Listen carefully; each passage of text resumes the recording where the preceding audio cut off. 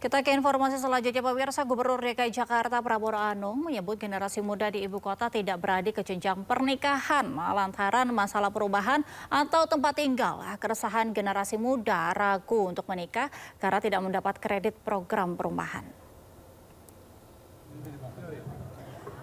Persoalan utama di Jakarta menurut Pramono, banyak anak-anak muda yang mau menikah tapi tidak berani karena persoalan perubahan. Ia mencontohkan film Home Sweet Loan yang menggambarkan untuk memperoleh hunian atau perubahan sangat sulit. Pramono menyebut program gagasan Presiden Prabowo Subianto soal 3 juta rumah menjadi momentum yang pas.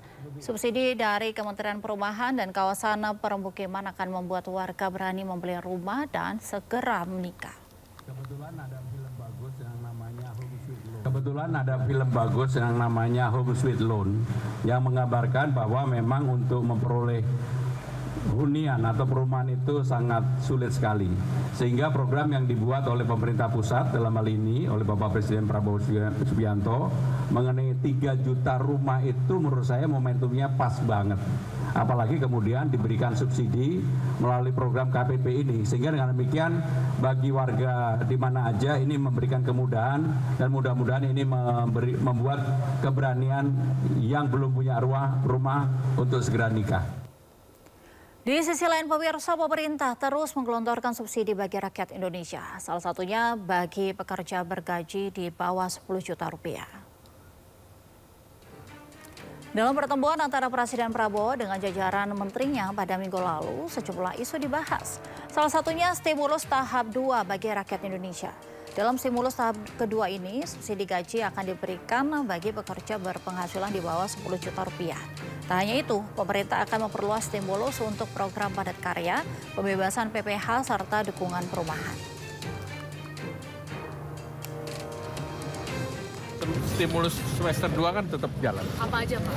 Nah, itu yang sekarang ada kan stimulus seperti gaji yang di bawah 10 juta kan itu sudah berjalan. Gaji untuk padat karya. Sektor tertentu kan PPh-nya ditanggung pemerintah. Jadi itu sudah dinikmati oleh 1,7 juta masyarakat. Kemudian ada program-program yang terkait dengan perumahan melalui kredit usaha rakyat. Nah, ini kami akan dorong juga. Kemudian juga ada program renovasi rumah, itu juga akan terus didorong.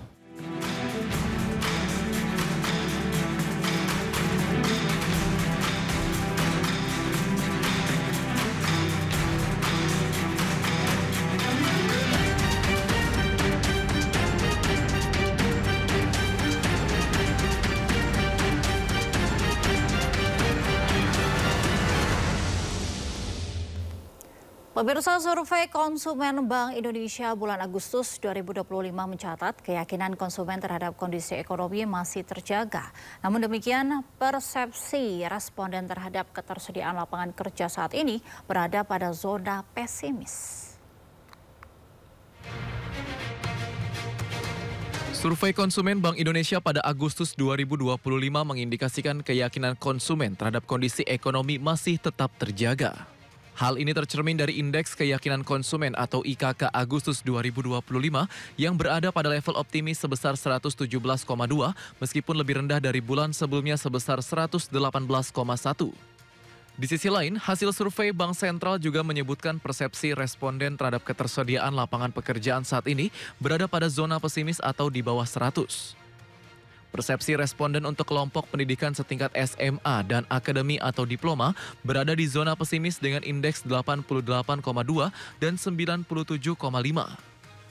Sedangkan kelompok pendidikan sarjana dan pasca sarjana mengalami perbaikan dan berada pada zona optimis dengan indeks masing-masing 103,7 dan 111,7. Bahkan hasil survei berdasarkan kelompok usia menyebutkan seluruh responden pesimis terhadap ketersediaan lapangan kerja saat ini. Rentang kelompok usia tersebut mulai dari 20 tahun hingga di atas 60 tahun. Namun ekspektasi ketersediaan lapangan kerja tetap berada pada level optimis.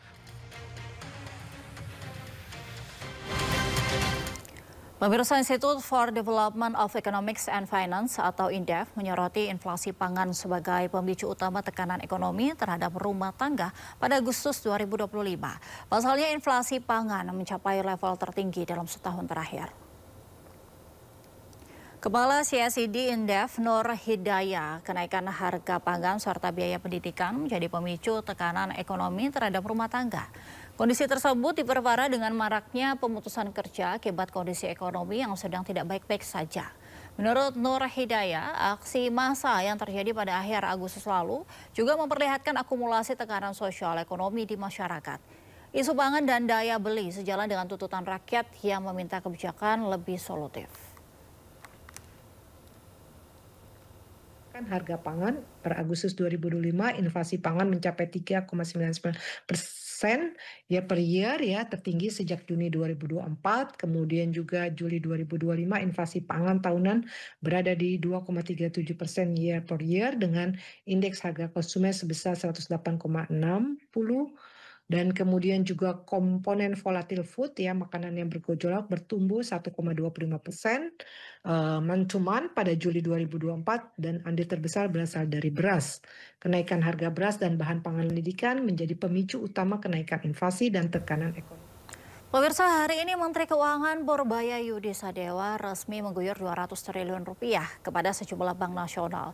Tujuannya untuk mendorong perputaran uang di perbankan.